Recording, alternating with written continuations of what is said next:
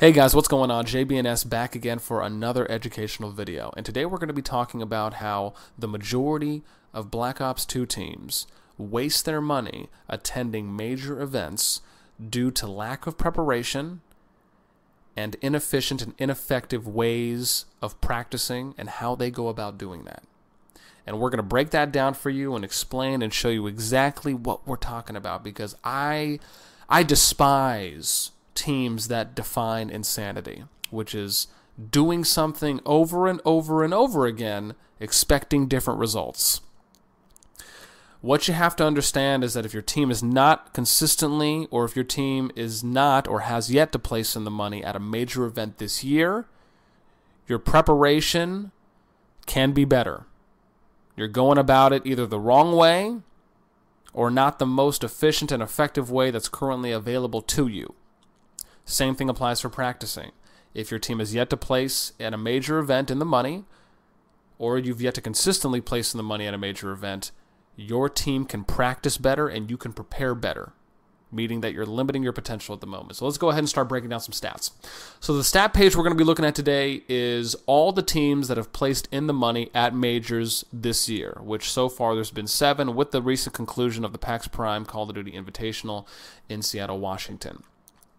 So here's the teams that placed, here's the money that they've made, right? So I'll just kind of slowly go down this list as we can kind of show you guys some of the teams as we then get to the bottom here slowly. And again, you guys have already had a chance to kind of look at the very top, so sorry for kind of speeding down that a little bit fast, but of course do want to try and get through this so you guys can see, okay, cool, right, here's all the teams, here's what they made. And I'll go back up here and refer, as we reference back, to the top, but I do want to get here a little more to the bottom, as now we're getting to some more of the fantastic stats. Okay, so let's scroll a little bit here. Okay, so now here's the top 4. So the funny thing is that there's been 7 major events so far throughout the year.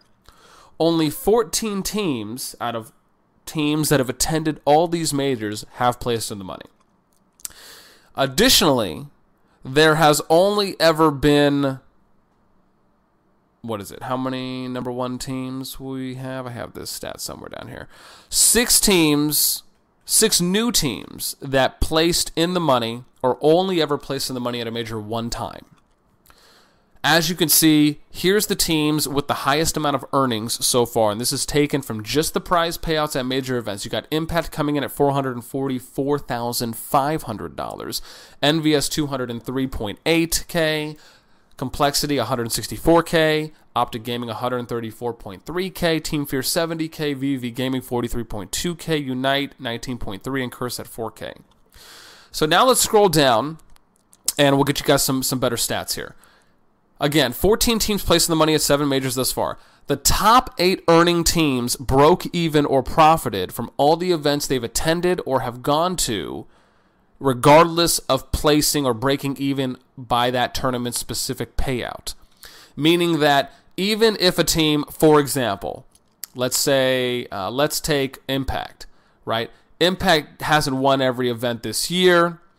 Even a team like Optic Gaming, actually Optic's probably a better example. Since Optic hasn't won an event this year, obviously with the exception of the inaugural event, which I hope most people don't count, they haven't placed, I believe, in the finals at any major so far this year. And with their best placing being top 3, they've yet to win, or excuse me, place in the finals or top 2 of any major this year so far. But the amount of money they've made as a team, $134,300, in the 4 events they've attended, right, they're still breaking even and profiting, right? Because they would have to spend that amount of money even if they didn't win or place in the money at any of the, like, that would be what? Let's just say, as an example, they would have to attend 20 more major events, spending all of $134,000 that they've made so far as a team, while not making or placing the money at any of those majors, in order to drain this to then obviously be at the break-even negative point, right? So they're still breaking it even and profiting, and that applies to the top 8 teams, right? Even including Curse at 4K.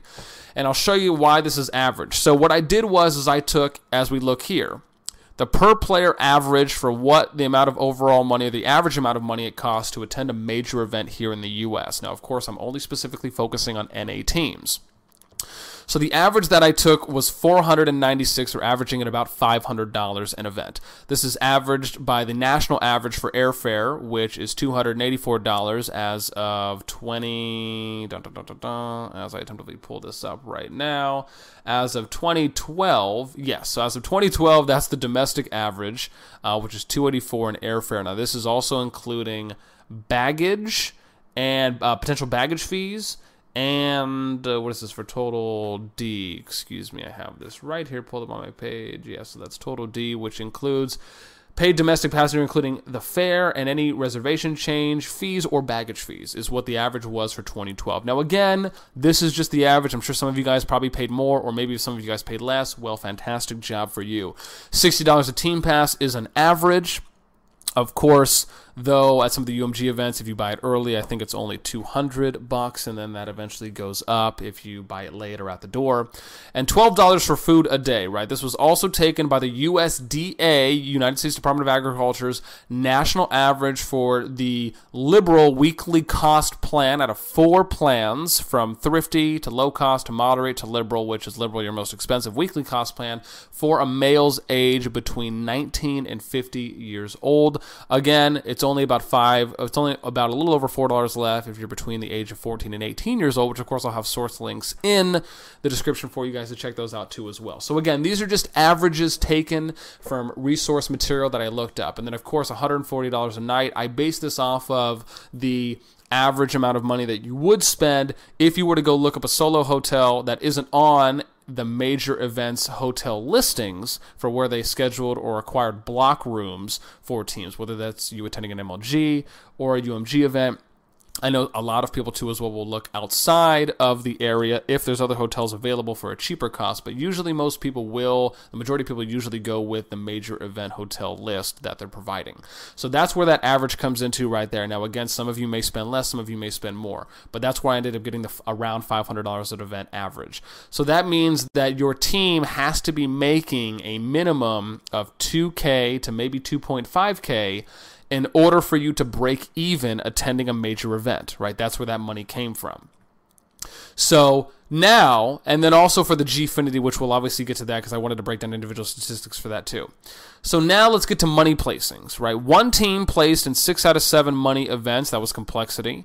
You had Impact placing in 5 of 7 events. Optic placed in 4 of 7 events in the money. 3 teams in 3 of 7, 2 teams in 2 of 7, and 6 teams in 1 of 7. Now again, this number does not indicate the teams that either A, attended the event but didn't place in the money, or number 2, they did not attend the event, right? So again, that's why the number of missing for Complexity with the 1 out of 7 of events that they didn't attend, or Impact for 2, or Optic for 3. Again, just remember that and keep that in mind. As we go down, these are the amount of this is where you have to place at the majors that have occurred so far, the 4 majors that have occurred so far this year, if you want to break even or profit in money just from the prize winnings. So you have to place 5th, you have to place top 6 at MLG. You have to win UMG, meaning that you have to place first. For Gfinity, you had to place top 2. And for PAX Prime, you had to place top 2 if you wanted to break even. The only reason PAX Prime was that way was because I heard that since it was an invitational, they had it's not a severance, but they gave them some money. I forget what it's called. They used to my mind is so warped right now. But anyways, they gave them a little bit of money for the teams that were invited to cover, I believe, airfare, whatever they wanted, but they gave the team some money, or each of the players on the team some money to cover some costs by getting to the event. That's why I said top 2. Now, the reason why I say top 2 at Gfinity is because of the factors here, which is for the international, and again, I'm just focusing on the NA teams, right? So you have the airfare, which is $1,000, and I looked this up a month in advance, right, for Gfinity 2, which is how I averaged this out at $150. Also, I looked at the average hotel rates in London, and I went to go do the whole converter from pounds to US dollars. So the average is out at $217 at an average hotel in London is what that would cost. And this was based off the 2012, I think it was the 2012 statistic or 2013 based off the page I was looking at. But then you also have to factor in food. Again, right, you're going to have to spend more money because it's a US dollar converting to pounds, which is an almost 1.5 ratio to 1. So then it's that, and then you also, and then ultimately, I don't believe, obviously, since it was invite, they don't have to pay for a team pass or anything like that, right? So that's why then we go and we look at the Gfinity placings, right? That means that each player would have had to make over $1,250 attending Gfinity if they're an NA team, if they profited, meaning that they'd have to be making over $5K to at least break even. Again, no teams made over $5K, with Optic and Impact coming in at third, fourth, placing $5K, meaning that the only NA team that actually profited from Gfinity was Complexity. So again, the whole point of this video is to show you, and then again, let's look at finals appearances before I actually get to the ending conclusion notes here.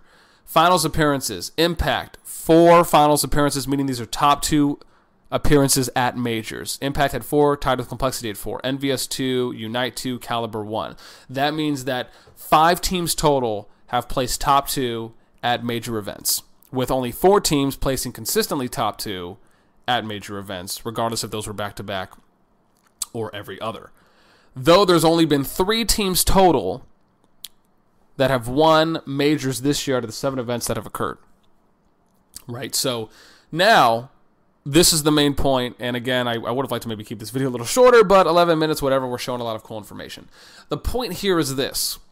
If your team is not placing in the money at events, but better yet, you're not at least placing at these placings in order to break even or profit from majors, you need to consider preparing better, practicing differently, because literally you do not want to be, again, as I minimize this, defining insanity, doing the same thing over and over again and expecting different results, quoted by the famous Albert Einstein, if that is actually accurate. If it's not, well, then I apologize based off of who the quote was from. So now let's go back here. Again, the point of this video is to simply show teams that, especially for AM teams, you guys have a limited amount of funds when attending major events. Most AM teams pay out of pocket, meaning that you're either working somewhere and saving up a certain amount of money to where you can attend the event, and then you go, but then after, let's say you don't place, then you have to go, or place in the money, then you have to go back and save more money, and maybe you won't have enough money for the next major coming up, so you got to skip that, then go to the next one. The point here is that if teams just prepared better, if they practiced better, if they stopped thinking that all you had to do was grind out 500 team scrims or 11-game series matches in order to prepare for tournaments, I guarantee you'll start preparing and you'll start playing better because you'll start practicing better. You'll start practicing more efficiently and effectively. So, again, the point here is that if your team has gone to 2 majors or more, and you have yet to place in the money, / at least break even from these events, you are defining insanity. You are doing the same thing over and over again, and you're not getting anywhere else. You're not getting any better. You're not placing any higher. Hopefully, light bulbs will ring off after seeing these statistics, meaning that you guys need to prepare differently, and you need to practice differently. Again, if it was as easy as grinding out 500 matches, we'd be seeing a whole new set of different pro teams or different teams placing in the money and winning tournaments every major event. So clearly, that's not working, right? And again, yes, you're only ever going to be able to have the top 1%, top 0.5% placing at majors. This is understandable. But I would rather a team go to an event, lose, not placing the money because they prepared for the event and they practiced more efficiently and effectively. This now means that the overall standard of play is increasing. It's vastly improving compared to your team attending an event and losing money due to lack of preparation and inefficient and ineffective ways of practicing, and losing that event by not making any money or placing in the money from it.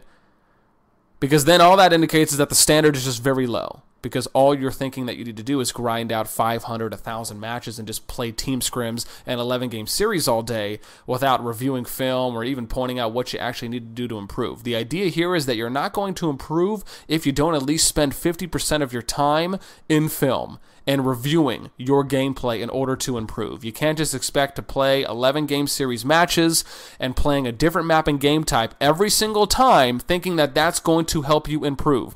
Consistency and muscle memory, but memorization for long, are things that have historically been proven to work throughout mainstream major sports. Again, the example I give people, you don't see Roger Federer, Rafael Nadal, Novak Djokovic going on the tennis court and hitting one serve or 5 serves, and then they'll hit 2.5 volleys, and then they hit 3 forehands, and then they hit 7 backhands. No, they grind it out. They'll hit 200 forehands, 200 backhands, 300 serves in a row. They do this for consistency. They do this for muscle memorization. If it historically has been proven to work in history throughout major mainstream sports, why is it that gamers, especially in Black Ops 2 and all Call of Duty games so far, play one map and game type and then completely switch it up and play a completely different map and game type when they're doing team scrims or 11-game series or just practicing in general?